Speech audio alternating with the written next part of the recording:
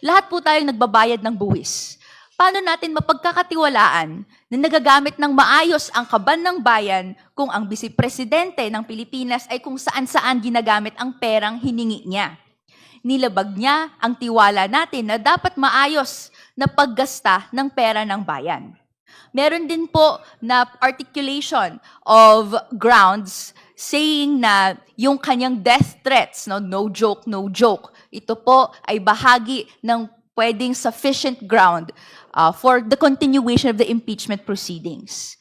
In this representation's opinion, ang kanyang ding pangongontrata ng pagpatay ng sino man, Pangulo man iyan o ordinaryong mamamayan, ay paglabag din sa tiwala ng publiko. Tatak Duterte talaga, like father, like daughter.